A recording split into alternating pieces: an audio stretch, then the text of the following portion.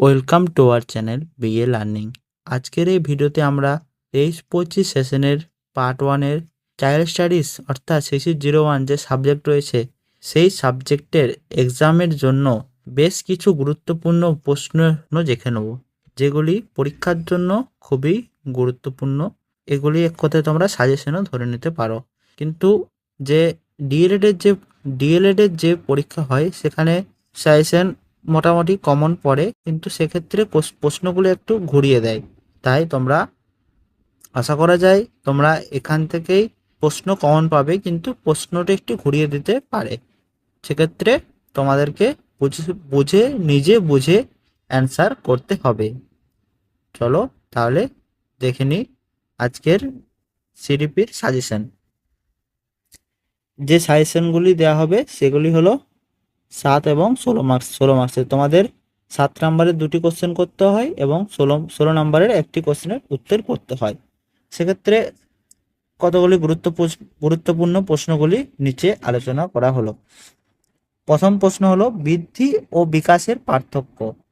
এর সাথে সাথে বৃদ্ধি ও বিকাশের বৈশিষ্ট্যও পড়ে নেবে তোমরা। দ্বিতীয় প্রশ্ন, বিকাশের নীতিগুলি আলোচনা করুন। তৃতীয় প্রশ্ন, থর্নডাইকের শিখনের মূল সূত্রগুলো কি, এই সূত্রের ব্যাখ্যা করুন। অর্থাৎ যে থর্নডাইকের শিখন তত্ত্ব অর্থাৎ ট্রায়াল অ্যান্ড এরর মেথড, সেখানে যে 3টি মূল সূত্র রয়েছে সেই সূত্রগুলি সম্পর্কে তোমাদের জেনে যেতে হবে। এখানে এছাড়াও আরও 5টি গৌণ সূত্র রয়েছে, সেগুলি তোমরা দেখে নেবে। এরপর রয়েছে সক্রিয় অনুবর্তন তত্ত্ব ও প্রাচীন অনুবর্তন তত্ত্ব, অর্থাৎ স্কিনারের যে সক্রিয় অনুবর্তন তত্ত্ব এবং প্যাভলভের প্রাচীন অনুবর্তন তত্ত্ব, সেটা শিক্ষাগত তাৎপর্য তোমাদেরকে দেখে নিতে হবে। পরের প্রশ্ন রয়েছে কোহলবার্গের নৈতিক বিকাশের তত্ত্ব, এর সাথে এর শিক্ষাগত তাৎপর্য তোমরা দেখে নেবে। এরপর রয়েছে নির্মিতিবাদ, ভাইগোটস্কি ও জ্যা পিয়াজের তত্ত্ব, অর্থাৎ নির্মিতিবাদের মধ্যে সামাজিক নির্মিতিবাদ এবং প্রজ্ঞামূলক নির্মিতিবাদ, এই দুটোই তোমাদেরকে দেখে যেতে হবে। পরের প্রশ্ন, স্মৃতি কাকে বলে এবং স্মৃতির উপাদানগুলি আলোচনা করো। বিস্মৃতি কাকে বলে, বিস্মৃতির কারণ লিখুন। অর্থাৎ স্মৃতি কাকে বলে, স্মৃতির উপাদানগুলি, আর বিস্মৃতি কাকে বলে, বিস্মৃতির কারণ। পরের প্রশ্ন একটি গুরুত্বপূর্ণ প্রশ্ন, প্রাথমিক স্তরের শিশুদের প্রজ্ঞামূলক বিকাশ, সামাজিক বিকাশ ও প্রাক্ষোভী বিকাশের ক্ষেত্রে ক্রিয়ার ভূমিকা আলোচনা করুন। পরের প্রশ্ন, বহুভাষী শ্রেণীকক্ষের বৈশিষ্ট্য এবং বহুভাষী শ্রেণীকক্ষে শিক্ষকের ভূমিকা।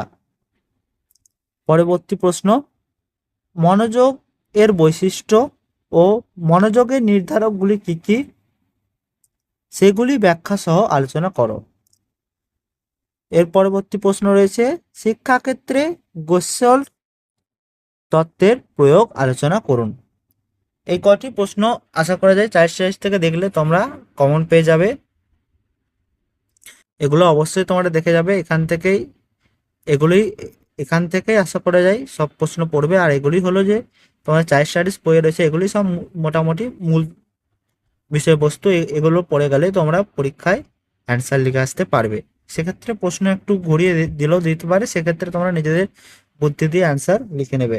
তো আজকে এই সিডিপির সাজেশন দেওয়া হলো। এরপর প্রতিদিন একটি করে সাবজেক্টে সাজেশন দেওয়া হবে এবং যে 22-24 সেশনের পার্ট 2 এর সাজেশনও খুব শীঘ্রই দেওয়া শুরু হবে। তোমরাও অপেক্ষা করো। অবশ্যই ভিডিওটি তোমাদের বন্ধুদের সাথে শেয়ার করে দাও যাতে সবারই হেল্প হয়। তো আজকের ভিডিও এই পর্যন্তই। পরের দিন আমরা এনভায়রনমেন্টাল স্টাডিজ বা CPS 04 তোমাদের সাবজেক্টটি রয়েছে সেটি সাজেশন নিয়ে আলোচনা করব। তো ভিডিওটি ভালো লাগলে একটি লাইক করে দিও এবং চ্যানেলটিকে সাবস্ক্রাইব করে দিও।